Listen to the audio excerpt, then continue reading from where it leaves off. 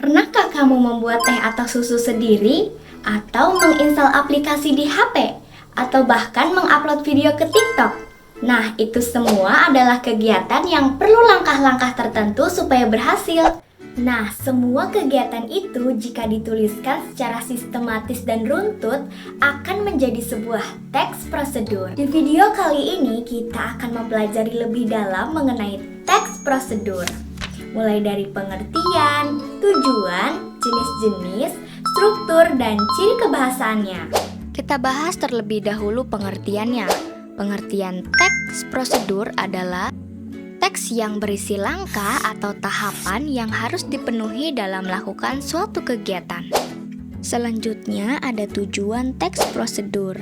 Tujuan teks prosedur adalah untuk menunjukkan atau menjelaskan langkah-langkah dalam menggunakan, membuat, atau melakukan sesuatu secara berurut.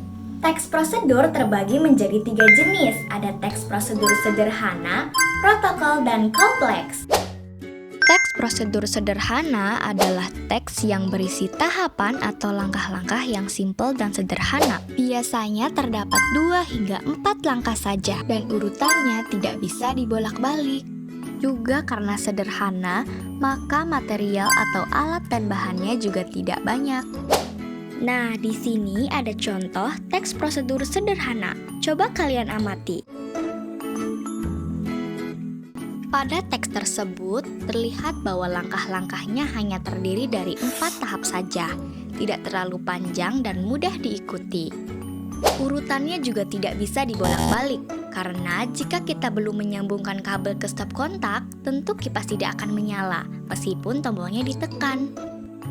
Alat dan bahan yang dibutuhkan juga sangat sedikit, hanya kipas angin dan sumber listrik. Inilah yang membuat teks ini termasuk ke dalam teks prosedur sederhana. Yang kedua ada teks prosedur protokol. Teks prosedur protokol adalah teks yang berisi tentang tahapan atau langkah kerja yang fleksibel. Maksudnya, langkahnya tidak harus dilakukan secara urut, namun meskipun begitu, tujuannya akan tetap bisa dicapai. Di sini ada contoh teks prosedur protokol. Coba kalian amati. Nah, jika kalian perhatikan, langkah-langkah dalam teks tersebut bisa disesuaikan. Misalnya, ada orang yang lebih suka mencampur bumbu setelah mie dituang. Ada juga yang mencampurnya saat mie masih di dalam panci. Tidak ada aturan yang benar-benar harus urut seperti pada teks prosedur sederhana. Inilah yang membuat teks tersebut dinamakan teks prosedur protokol. Dan yang terakhir ada teks prosedur kompleks.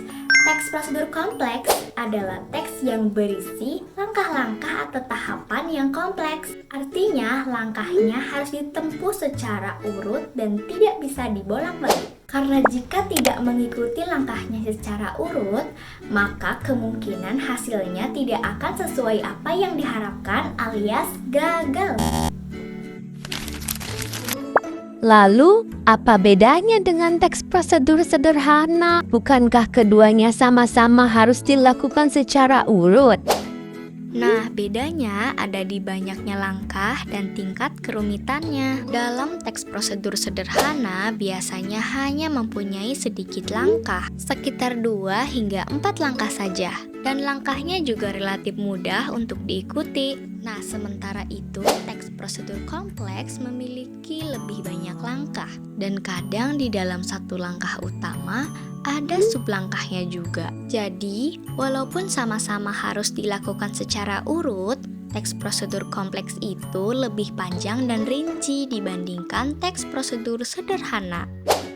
Nah, sekarang kita masuk ke bagian struktur teks prosedur.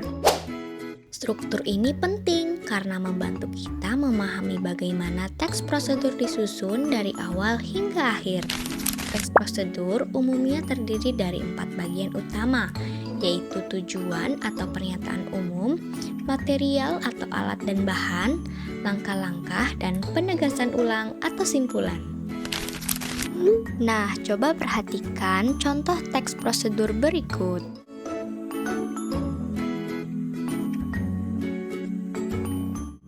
Nah, yang pertama ada tujuan atau pernyataan umum. Bagian ini menjelaskan apa yang akan dilakukan dan mengapa itu penting. Perhatikan bagian ini. Kalimat tersebut menjadi pengantar dan memberitahu tujuan dari teks prosedur tersebut, yaitu memasang gas LPG dengan aman. Yang kedua ada material atau alat dan bahan. Bagian ini mencantumkan apa saja yang dibutuhkan untuk melakukan langkah-langkah prosedur. Contoh alat dan bahan dalam teks prosedur berikut terdiri dari tabung gas LPG berisi, regulator gas, kompor gas, selang penghubung, dan kain lap. Yang ketiga ada langkah-langkah. Ini adalah bagian inti dari teks prosedur yang berisi urutan apa saja yang harus dilakukan dari awal hingga akhir. Biasanya ditulis menggunakan angka secara berurutan. Dan yang terakhir ada penegasan ulang atau simpulan.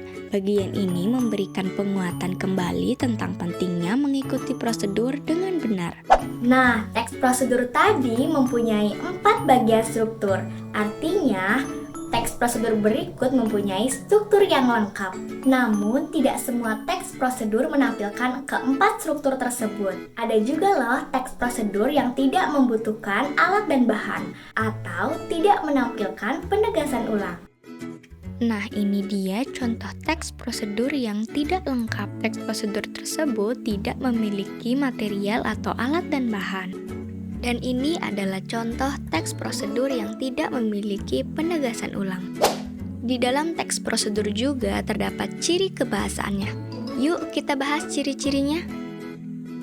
Nah, di dalam teks prosedur umumnya menggunakan kalimat perintah imperatif karena bertujuan untuk mengarahkan pembaca agar melakukan sesuatu sesuai langkah-langkah yang dijelaskan. Kalimat perintah bersifat imperatif. Kata kerja imperatif biasanya berakhiran kan, i, dan berpartikel lah. Contohnya, masukkan, potonglah, atau basahi. Itu semua adalah contoh kalimat imperatif. Dan yang kedua, terdapat panduan langkah-langkah yang harus dilakukan. Teks prosedur selalu menyajikan panduan berupa langkah-langkah yang wajib diikuti untuk mencapai hasil tertentu. Yang ketiga, menggunakan kata kerja aktif. Teks prosedur menggunakan kata kerja aktif untuk menunjukkan bahwa subjek melakukan suatu tindakan secara langsung. Kata kerja aktif membuat instruksi menjadi lebih jelas dan tegas sehingga pembaca tahu apa yang harus dilakukan.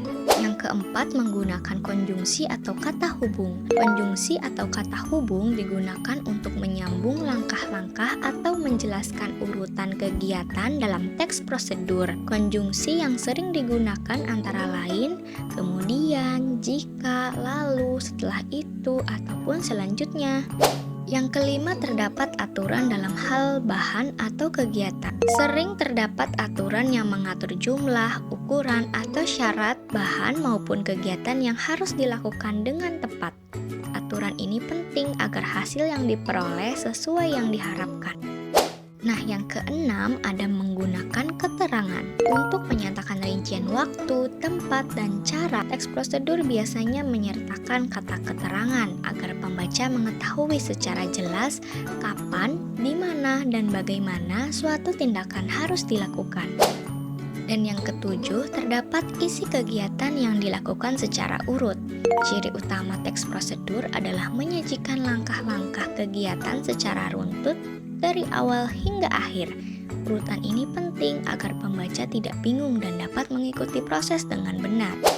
Nah, itu dia pembelajaran kita kali ini mengenai teks prosedur. Semoga kalian lebih memahami ya apa itu teks prosedur. Sampai jumpa di pembelajaran selanjutnya. Bye!